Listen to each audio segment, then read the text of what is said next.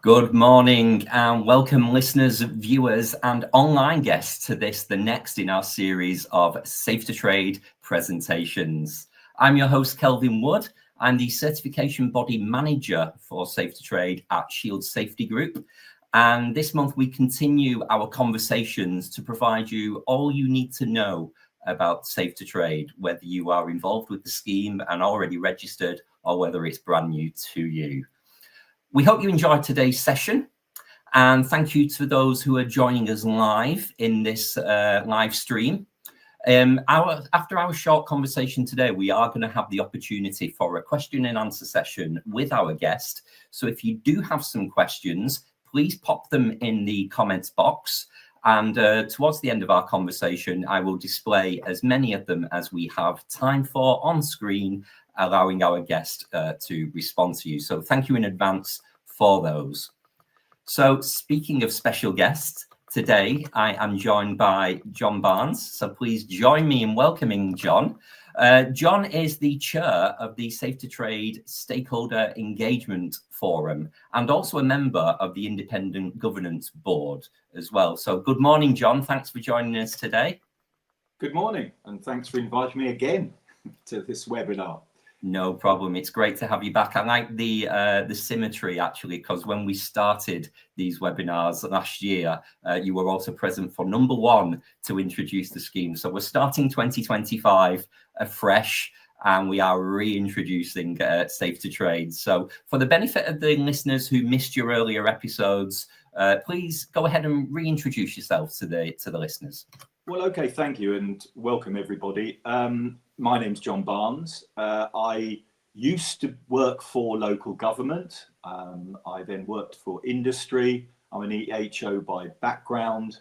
I moved in the 1990s to the Department of Health and then subsequently to the Food Standards Agency, where at the end I was head of local delivery at the Food Standards Agency. Since leaving, I've worked for a number of organisations in this country and abroad, food businesses, mainly food safety consultancy companies who I like to think, good strategic advice. And also I work with the United Nations Industrial Development Organisation and the WHO on public-private partnerships, in particular, the way that regulators can use local industry compliance data to help target their resources. I'm also a visiting lecturer currently at the University of Birmingham on their food safety course. Wonderful. Thank you, John.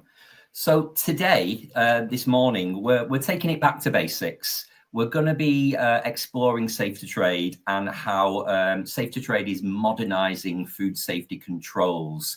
We're going to look at why food safety is so important and why regulatory controls are changing and why they need to change as well to meet the modern world. So here at Safe to Trade, we're about to pass our exciting milestone of having 1,000 locations registered for Safe to Trade. And in terms of those registered businesses, we've actually got over 600 who have become approved already onto the Safe to Trade register. So we have been ticking along very quietly in the background, very, very well. And we have been building great momentum in 2023, 2024. But we're coming at things fresh now with 25. So John, let's get started to set the scene. Why is food safety controls deemed important, and why should people care about governance and controls? Well, I'm conscious that we've got regulators from local government and indeed national regulators in the audience and food businesses. So I don't want to say the obvious, which is, well, of course, food safety is important because people die. 2 to 3 people die a week in this country. Thousands are hospitalised. So clearly it's important from that perspective. But I'd like to look at it from the other end of the lens, which is, you know, customers, if you're a business, customers expect your business and food to be safe and your business to be hygienic.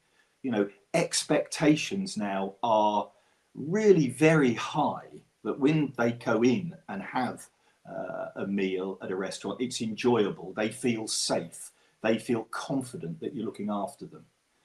Then looking at what the regulators demand, of course, there are rules, regulations and laws, many of which I have to say I brought in myself when I was at the Food Standards Agency, that require businesses to be compliant. They require them to actually have standards, which means the risk of things going wrong are very, very low. So, that's why businesses need to get things right. And just, I don't want to sit here and do a fear sell to businesses, but actually, the consequences of getting things wrong are terrible. I've been involved in fatal accidents and fatal accidents inquiries relating to food businesses, and there's just nothing worse. The responsibilities that people have are huge in business to get things right. It's easy, it's simple if you've got the right controls, but if you get things wrong, then I think the whole business can come crashing down overnight. Reputation's lost overnight, and the fines now can be really very high indeed. So I don't want to do it as a fear sell. I actually think that businesses are in business to give people an enjoyable meal, an enjoyable experience, and they want to get things right. And this is where things like Safe to Trade are there to support them to do that. Brilliant. And when we were saying about the the modernization of food controls, how has the landscape changed over recent years? With the pandemic, or even before the pandemic, what needs to modernize with food safety controls? Yeah, just going back to the pandemic, actually that was the origin of Safe to Trade. It was because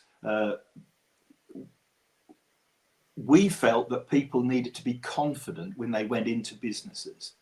Frankly, it was at the time, wasn't it? You'd sit at a table, and if anybody coughed, you'd be thinking, my God, I'm doomed.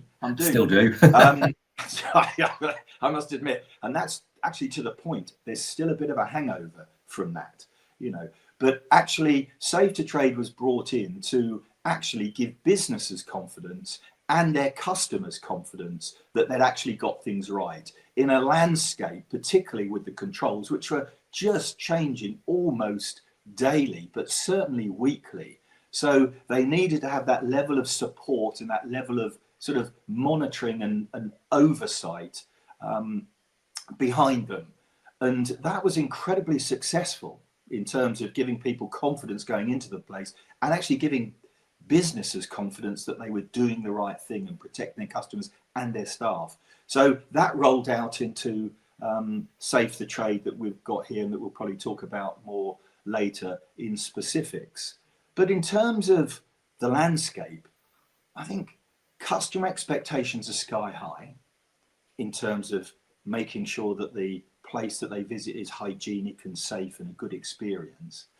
And the business dynamic is ever changing. They're under enormous pressure. It's difficult to get staff. The costs are sky high now. They're looking to where can they actually make savings. And so, the dynamic in businesses, the complexity of some of these businesses is such that actually, they would benefit from having support, external support coming in to ensure they're doing the right thing. And indeed, for many years, businesses have had that. They've worked with private contractors. They've actually ensured they're protecting their customers and their brands.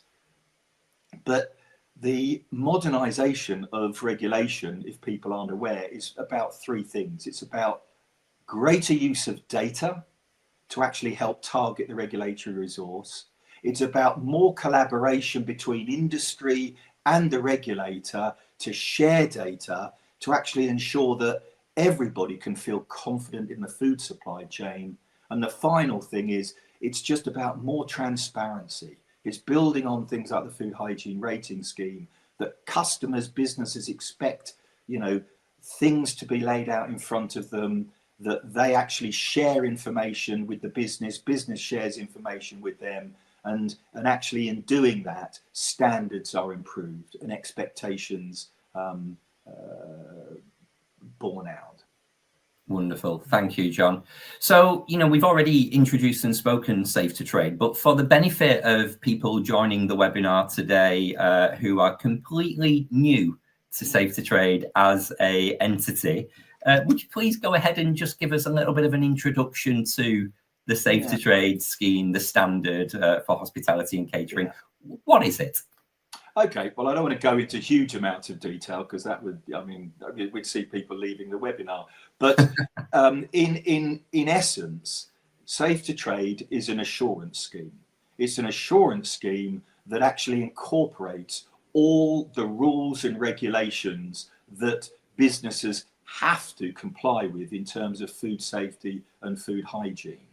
So indeed, in that area, it's the first comprehensive assurance scheme for the hospitality industry. There's a lot of assurance schemes, some of which I continue to work with in other areas of the food manufacturing and processing that have been going on for some time, protecting brands, but nothing in the hospitality industry like this.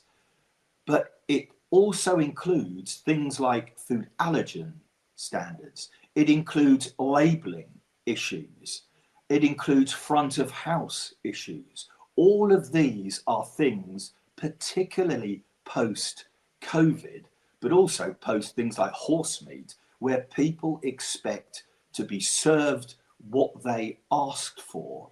And trust and confidence in food is more than just food safety and hygiene. It's about the whole experience. And that is wrapped up into this standard, Safe to Trade, which actually has an element of certification by independent auditors to ensure that the standards are robust. It has all sorts of software monitoring systems so that information can be provided to the business and provided to the regulator if need be, that standards are being complied with, and also a logo and a sign to customers to give them confidence that this business is going the extra mile, and includes a feedback loop. So if anybody feels that the standards aren't right, that actually they can let the business know, let Safe to Trade know, an investigation can take place just to ensure really it's a, it really is an early warning to make sure that everything is working properly and to a high standard. Not going ridiculously high, but ensuring that the business complies with all the things that customers now want and demand. And they've got plenty of choice. They can go elsewhere. Brilliant. Thanks, John. A couple of things just to unpack in that. Thank you very much. When you say it's an assurance scheme and you say there's numerous other assurance schemes out there, for people on the call who may be hospitality managers who don't know what an assurance scheme is, how would you describe them? Well, an assurance scheme is basically, we call it voluntary third party assurance. It's basically that you allow an independent person to come in to assess your standards and approve you under those standards, so that you know and your customers know, or indeed in the wider sort of food supply chain, that people you supply know that you are working to that sort of standard. You are compliant. And with that system, with that assurance system in place, not only can you be confident that you are compliant, you can demonstrate you're compliant, not only to trading partners, but also to regulators and indeed to customers. And the one thing about food modernisation and regulatory modernisation is there's much more of an onus now for businesses to not only be compliant, they've always had that, but to be able to demonstrate that they're compliant, readily demonstrate to regulators and to other sort of important stakeholders. And that, of course, supports the regulator because, it just makes those inspections easier, hopefully, or indeed they realise that the risks are being looked after and they might decide they would sort of look less frequently there, or with less intensity, or focus on particular things. So that is how I would describe an assurance scheme. Does that that It's help, Kelvin? perfect. Wonderful. Thanks, John. So Safe to Trade has a hospitality and catering standard document containing clauses detailing food safety legal requirements, and a business who registers for Safe to Trade demonstrates they meet that standard through a independent audit process, and then they will go on to a public facing register, which is the badge, the building of trust for the general public, for those customers to eat out safely. Great. You mentioned about allergen controls and labelling. Why is that a particular curiosity for Safe to Trade? Is that not something that is generally assessed during a food hygiene rating intervention? Well, actually, it isn't. I mean, some local authorities combine food.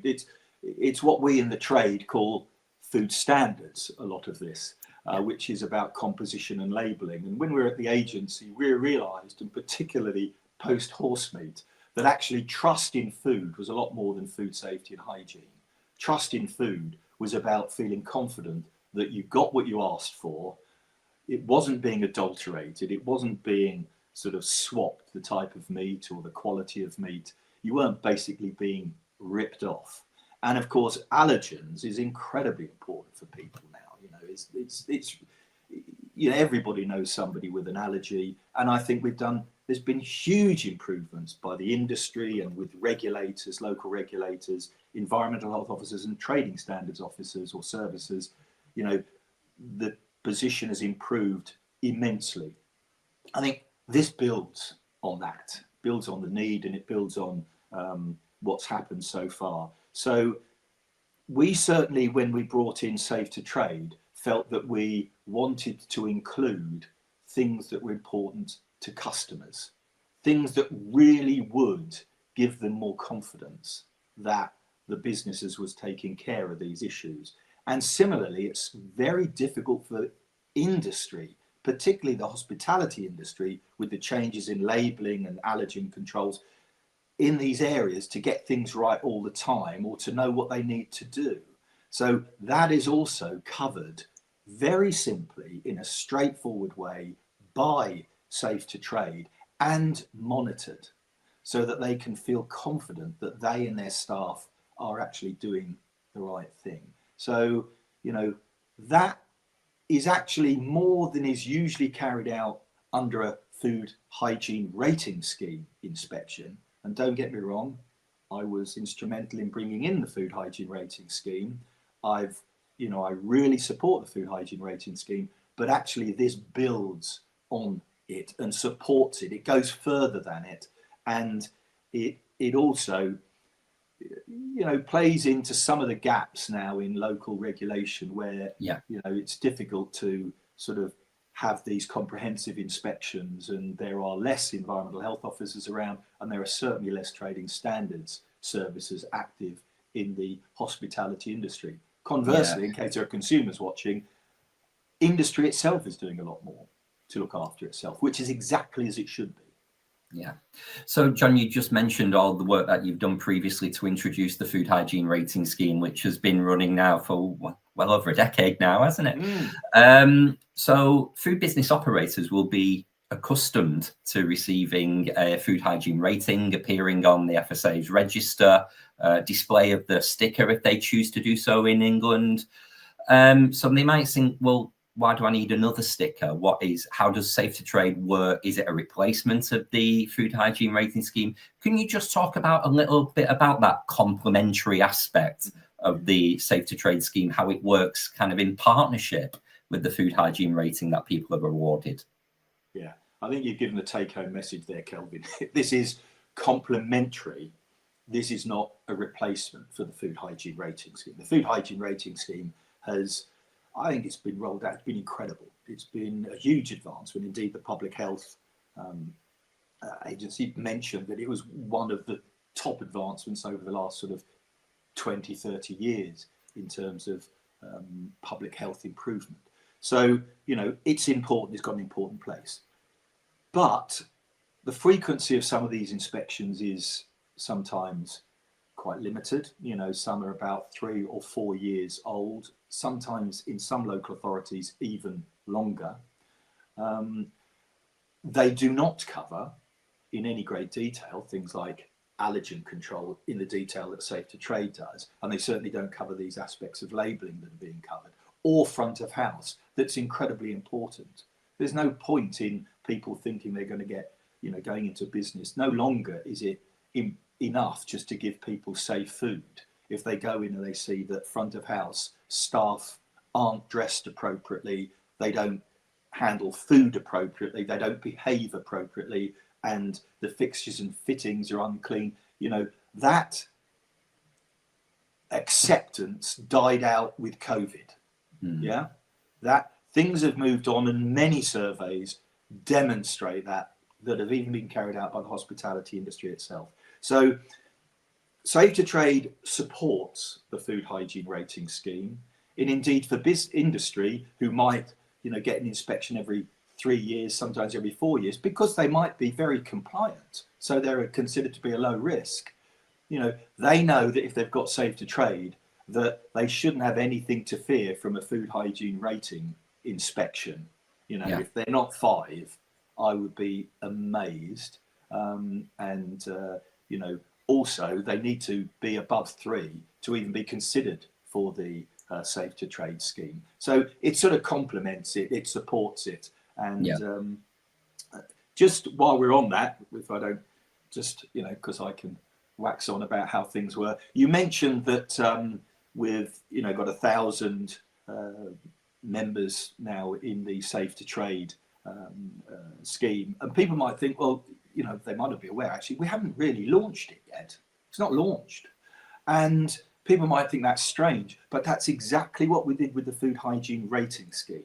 It was working. It was being rolled out for a couple of years, and it followed on from other different schemes that individual local authorities were running. But it was going for a number of years before we formally launched it, so that when we did launch it, there was a presence in the high street that people could see, rather than, you know, you launch it and there's nothing. So it is a strategic way to launch any scheme, which is to make sure it's ticking over, it's used, it's, you know, we all learn from it, and then it can be formally launched. But yeah, it's going pretty well. Brilliant. We do have some fantastic early adopters of the scheme. I would encourage anybody who's listening to this to head over to safetotrade.org and search the register for your, you know, local businesses in your area who are already approved as Safe to Trade. So, John, you mentioned about eligibility for Safe to Trade and said about businesses must have a 3 or higher on the food hygiene rating scheme. A couple of questions there. First of all, why are we doing that? And secondly, what happens if someone is approved onto Safe to Trade and then the official food hygiene rating drops below a 3, if they're subsequently inspected and there is a problem? Is there any action there with Safe to Trade, or you know, what do we do? Yeah, well, we want to be complementary. I suppose I'm speaking from a personal opinion now, although obviously I've fed into the Safe to Trade development. But, you know, how could we justify allowing businesses onto Safe to Trade to ask to be on Safe to Trade when they hadn't even, you know, after over a decade, got a reasonable standard on the food hygiene rating scheme to show that they've got management? They just, you know, it would have been a bridge too far to move from a 1 or a 2 on the food hygiene rating to think that they were going to go into Safe to Trade. I think it would say all the wrong things. It would say all the wrong things to regulators as well. We were trying to take good businesses that had a track record, and then to bring in an assurance scheme which we hope added value to what they're already doing and gave them a lot more confidence that would sit alongside and complement food hygiene rating scheme. If subsequently, and we hope it wouldn't happen, but if a business did trip over the food hygiene rating scheme, then they would be taken off the register. They would be required to improve, and the scheme or the certifiers would actually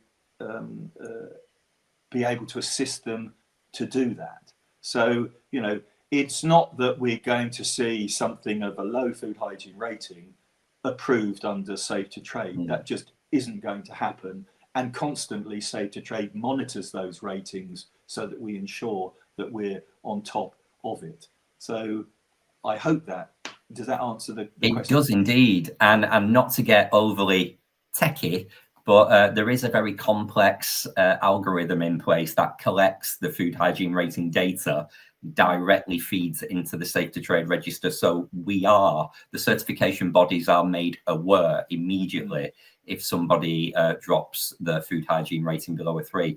And they're not immediately taken off a register. There is a downgrade investigation that takes place, requiring the business to demonstrate what they are doing to go through a re-rating process with the local authority, which might be a fee for intervention a few weeks or a couple of months later, to regain the favourable food hygiene rating. And at that point, we would then replace them onto the register as approved.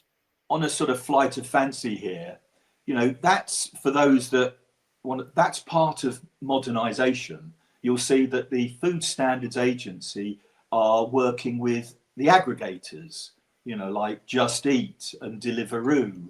They're working with them to ensure that they actually also have a baseline standard of which people can, be represented and on their platforms, and they're going to market these businesses, but they have to be of a certain level of the food hygiene rating scheme.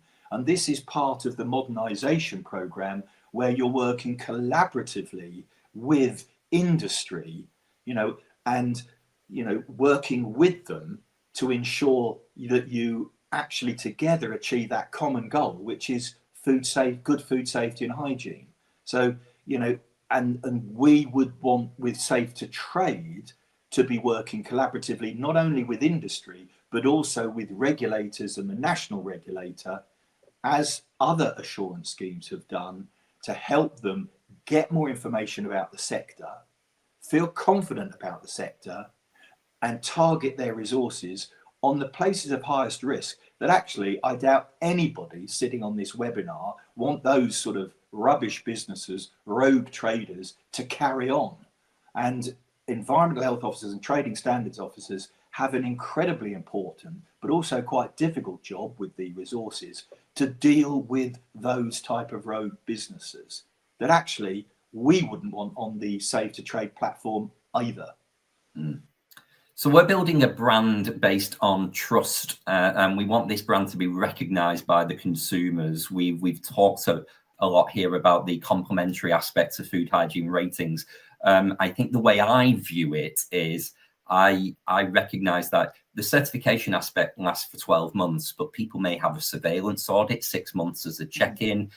The public can rest assured that if that Safe to Trade approval is given, if the door sticker is out there, if the business is on the register, they have been incredibly recently assessed and are demonstrating compliance, not compliance 4 or 5 years ago from the food hygiene rating that is awarded. So it's not real time, but it's as close to it as we can get, I would say.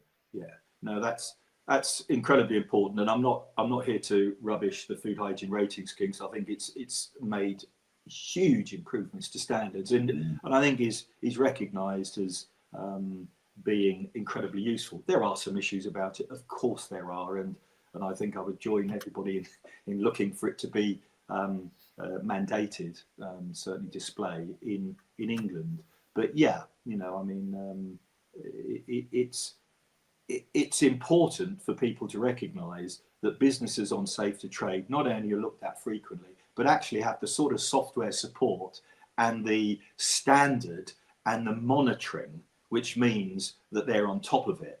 But also, I would say, because I'm used to dealing with a number of schemes, it's not ridiculously complicated. It's been developed by people from the industry for the industry, and also with a regulatory sort of core through it, so that it ticks all those boxes as well. So this is something that we hope will enable, and I think some marketing material somewhere says this, Safe to Trade will help the business look after the food safety, hygiene, all these other front of house issues, allergens, to enable them to do what they want to do, which is get on and run a hospitable business and give everybody a good time and good quality food. Behind them, there's a system which is supporting them. And if anything ever did go wrong, we hope it wouldn't, they would be able to demonstrate, which is incredibly important legally in terms of due diligence, that they really had been going that extra mile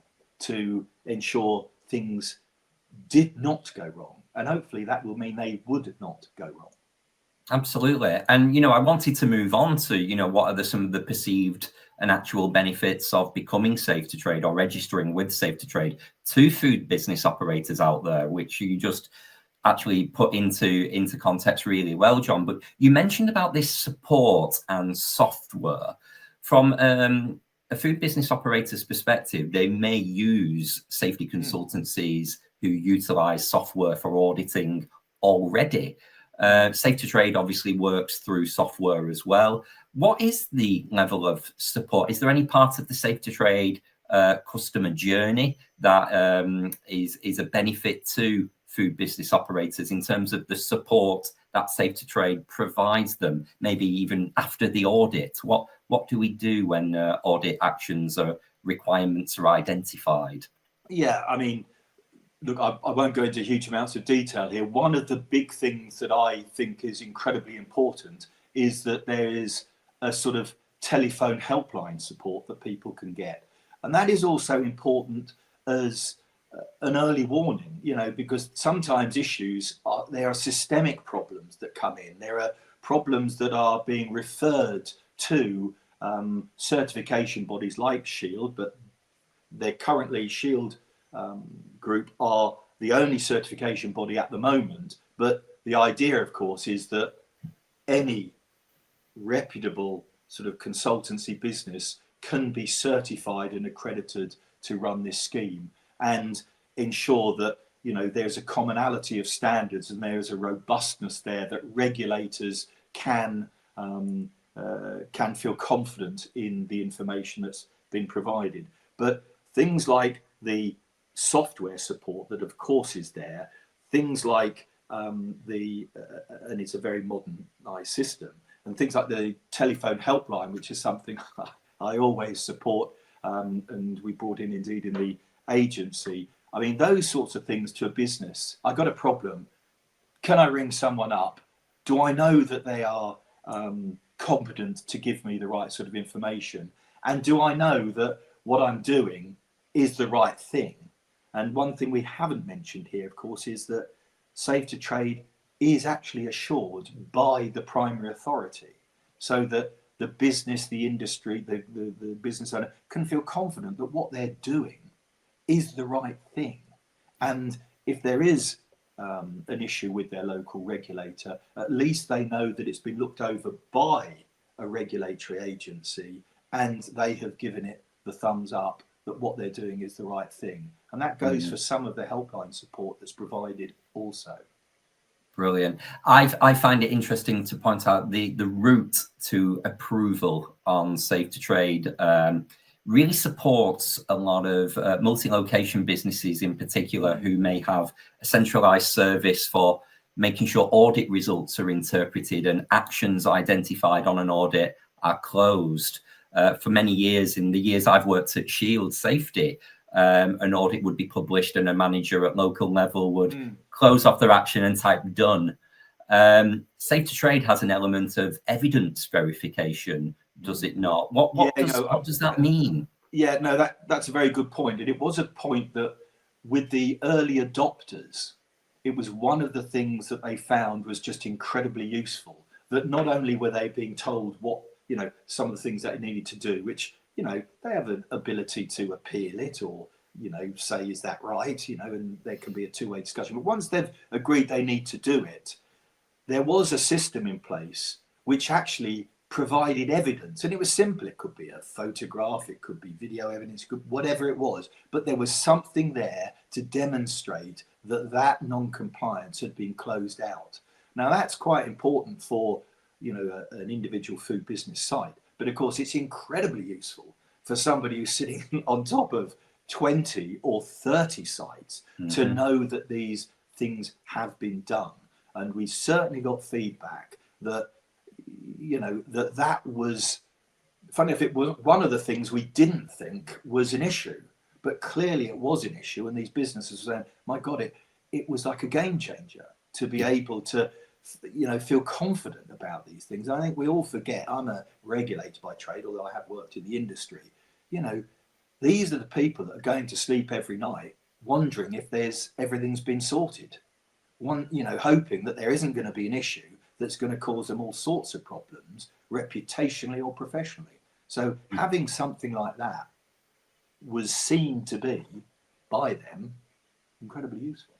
Yeah, and it's that real-time reduction or elimination of risk identified in a business. You know, the safe to trade audit process, the evaluation is your on-site visit, and then a person-led, EHP-led evaluation of your evidence that you provide post-audit to make sure you have properly remediated the action and you have removed that risk. So yeah, businesses do not get approved until they've gone through that evidence verification process. And it's been a game changer, because that would traditionally be somebody's job. If you're an ops manager, an area manager in a restaurant chain, to make sure your managers have properly completed actions. So the fact that the certification body does that for you is, as you said, John, it is a bit of a game changer for multi-location food businesses. Yeah. We certainly didn't appreciate the task that was for some of these people until this scheme came in. And I suppose it's evidence that it was developed, you know, using information from them. But yeah, I mean, it was really good to hear.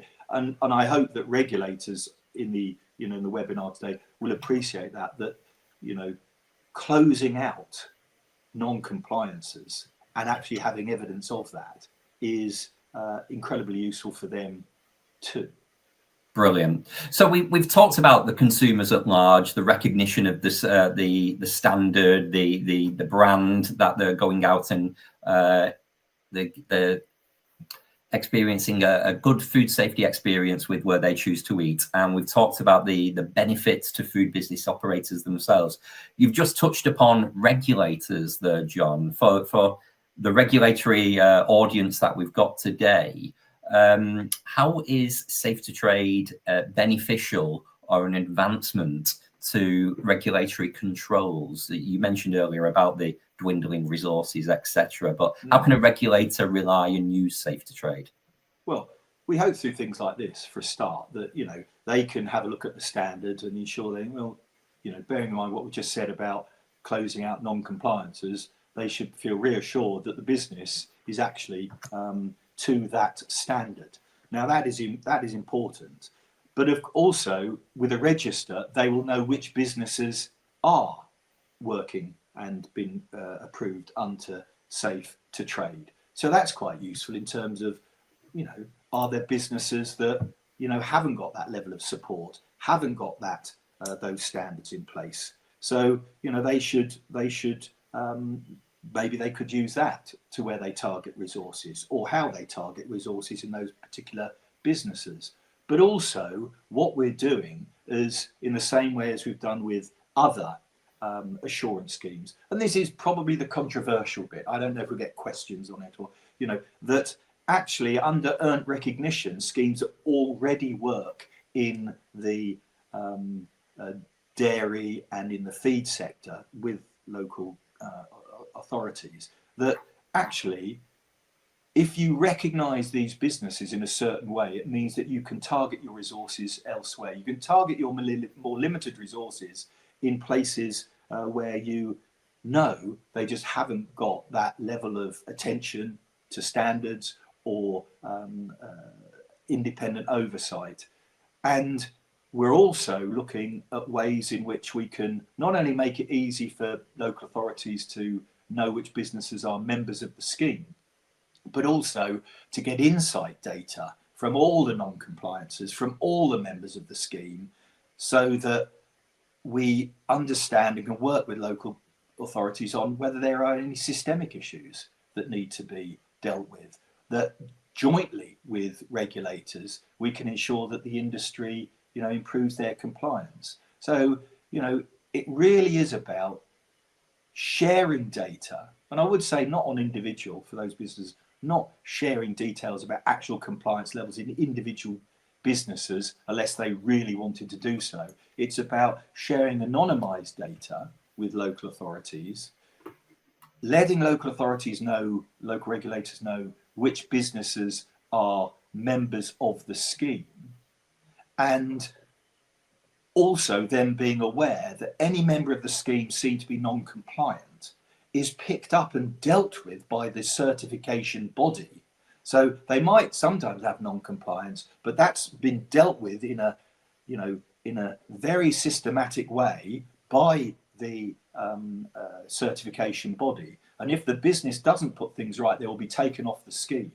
And that in other areas like Red Tractor, where the agency works with trading standards officers, they know which businesses are on the scheme, which businesses have fallen off the scheme because they're non-compliant, which indicates there might be an issue there, and they're given systemic data about certain issues, and they've got access to know, who's on these schemes. So we like to think, and it's worked in the other areas, that Safe to Trade has the potential to help local authorities target their resources effectively.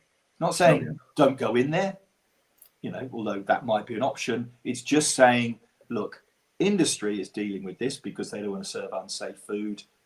You want to protect customers and public health.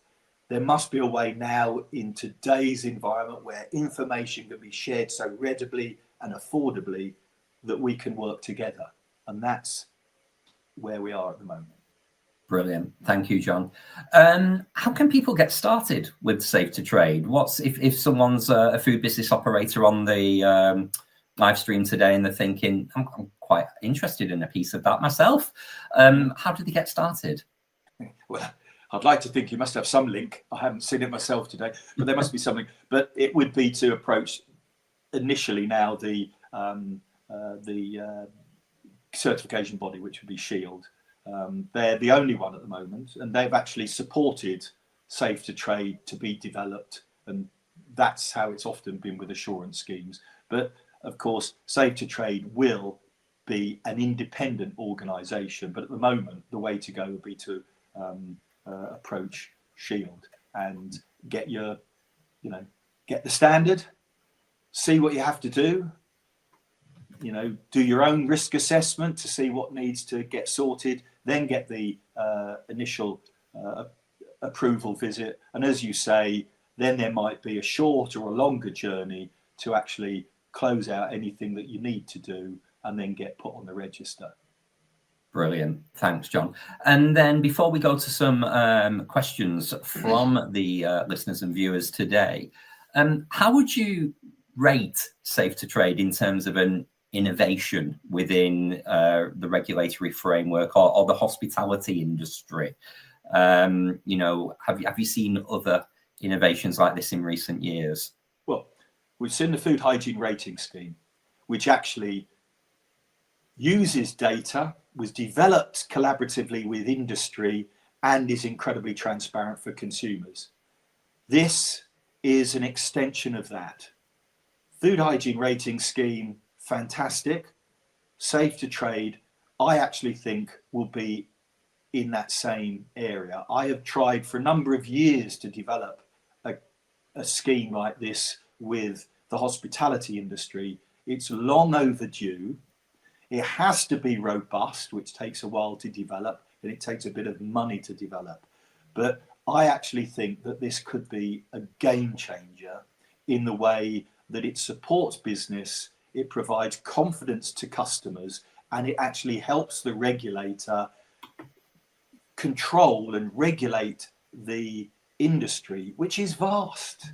You've got 500,000 businesses there, ever changing. The businesses are increasing even after COVID. You've got more of them. A lot more of them have changed recently. They're a lot more dynamic. You've got pop-up, you've got online. It needs to be regulated in a different way. It needs to be targeted appropriately. And that's where Safe to Trade comes in. That's where a data supported, software supported system comes in. And I believe and hope it will be a game changer. But it's there for everybody. It's there for regulators, it's there for consumers, and it's there for consultancies to help them, almost have a common language and a robust approach that can be recognised and taken account of by national and local regulators. Brilliant, thank you. Let's head over to the viewers and listeners now. We've had some fantastic engagement in our little comments pane as we've been talking. So I'm looking at some of the questions that have been posed, and I'd like to think some of our conversation has answered those questions since they clicked the send button. But I'm just going to pick out a few salient points so that we can confirm that and maybe just reiterate. So. First of all, Joanne Alexander, thank you, Joanne. Joanne is saying that there might be some consumer confusion occurring if Safe to Trade doesn't align with the food hygiene rating. So, we talked about the relationship between the two. How would you respond to Joanne about the avoidance of consumer confusion?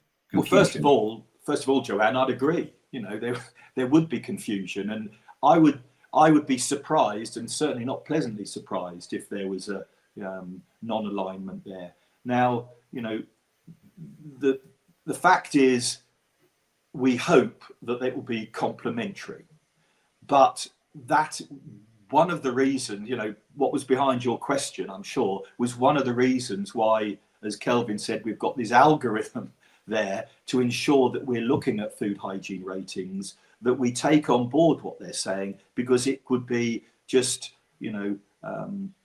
not very helpful, but certainly a bit worrying if you got a very low rating that had come in a business that was approved under the Safe to Trade. So I think we've mentioned we've got the, what we would do if that occurred, and we do that because it would be confusing for everybody. But we had that also. There's a facility for local government, local regulators to feedback about Safe to Trade, where if they feel that the standards aren't as they would expect, and that sort of almost like verification is incredibly important to the scheme. So we had that with COVID, where we were saying everything was okay with regard to COVID, and some regulators would come in. Most of them were saying it's brilliant, but some would say, look, we're a bit worried about this. And so we'd very quickly go back and deal with it. So there has to be an iterative process. But yes, it would be confusing. We hope it wouldn't happen, and we'd be doing everything to make sure that the two do align. Brilliant, thank you. Question from Jane Peatley. Thank you, Jane. Jane's asking, how often do audits occur once certified?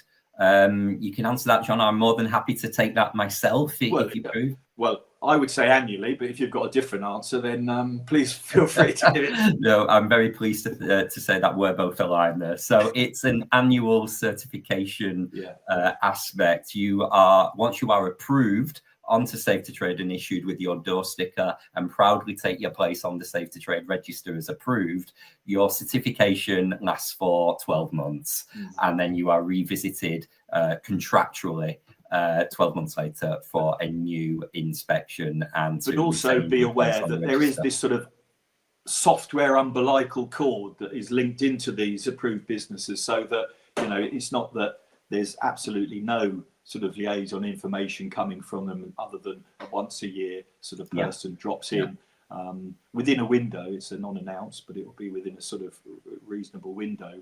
There is, the business itself is monitoring and ensuring that they've got the right systems in place, because that is part of Safe to Trade. Yeah, indeed. And there is a commercial and a business aspect to this here. People purchase services contractually.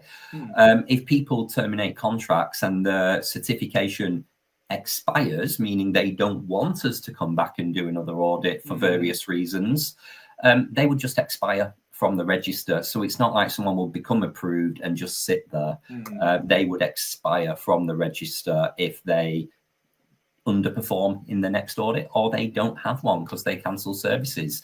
I would like to mention as well, there is a option to have audits more frequently. You can have what we call surveillance audits, which might be the 6-month check-in.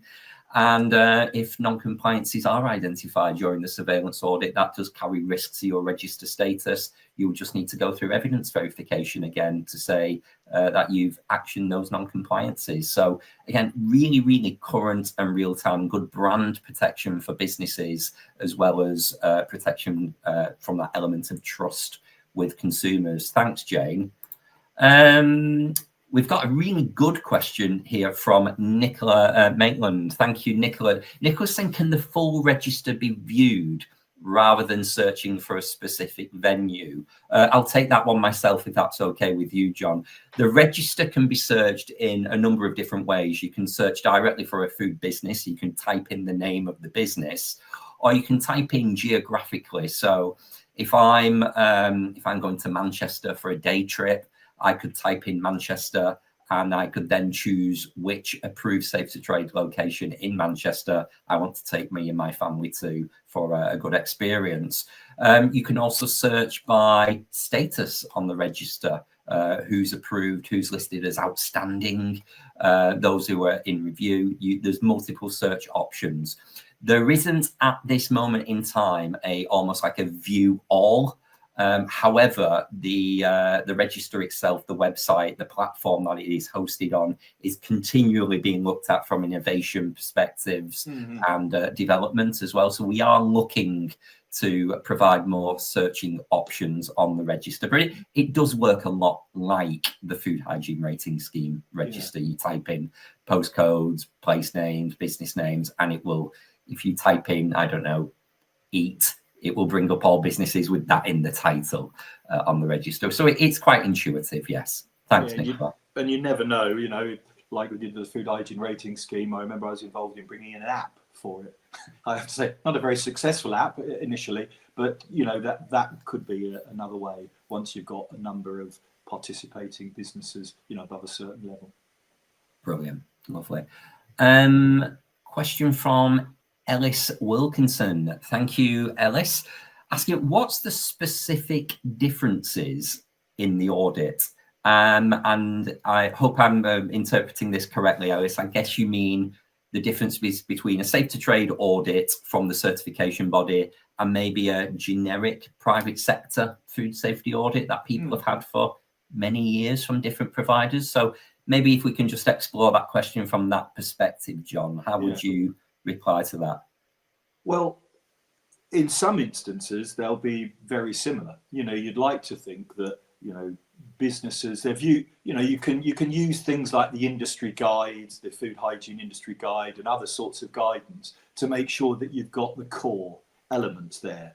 But actually, I think the difference that you see here is this is possibly more comprehensive than many, well, I know it's more comprehensive than some audits that I'm aware of, but rather than looking at the differences between the audit, I'd probably look at it from a different way, which is there are all sorts of things built into the Safe to Trade audit and process and governance to ensure that people can trust the information coming from it.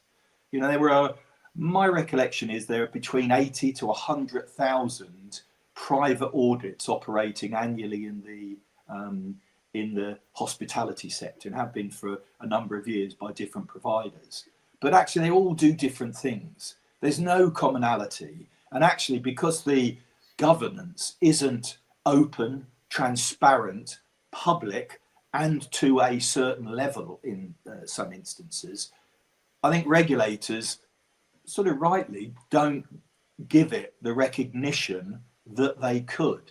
Whereas here, you've got a known standard, which has been a known system and governance that's recognised by a primary authority. It also accords with all international specifications on the regulatory use of voluntary third-party assurance, to ensure that actually regulators, even if you looked at, and we're not here, looked at world trade, could use something like Safe to Trade as a way in which to regulate that sector. So in some instances, the actual audit might not be too different, although in many cases it will. But I think the governance with Safe to Trade is well above many of the other audits out there. Yeah. There is an element with private sector auditing as well that and it's something that was marketed as a benefit, that an audit program is built for particularly a multi-location high street chain, and there would be a design element of what do you want us to audit against, and that might include operational standards as well as legal requirements. But ultimately, you had, one business doing their own thing and another business doing their own thing.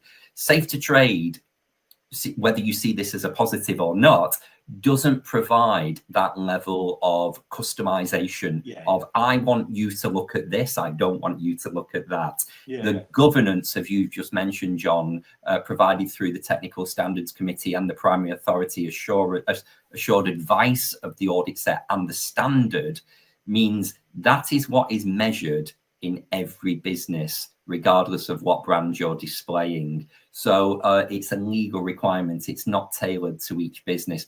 And it is great for benchmarking as well. Everyone is measured against the same standard. Clearly, you interpret those standards and implement your controls locally through your food safety management system. But everyone is measured to the same standard, which is what I would say is a key difference. The delivery of an audit is also, because it is a certified scheme and there's a huge amount of impartiality involved to make sure the auditors are delivering the service correctly, is there isn't this kind of coaching aspect or, train your managers while you're there as the auditor like your consultants would do. Your consultancy still would offer those services, but a Safe to Trade audit is a measurement exercise, and it is purely there to measure that the clauses within the standard are being met. It isn't a coaching, it isn't a training exercise, much like other audits and services can be.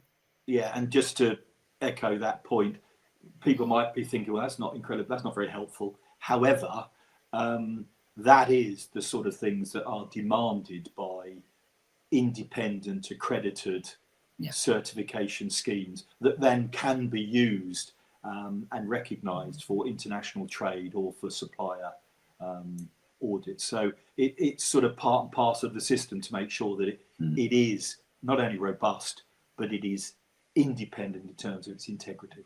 Yeah, and just because Safe to Trade, the delivery doesn't incorporate those behaviours, that's not to say businesses don't receive those through other channels or other services, other consultancy exercises offered by the same businesses. So thank you, Alice. I think that was a really useful and important question. Probably got time for one more before we just wrap up.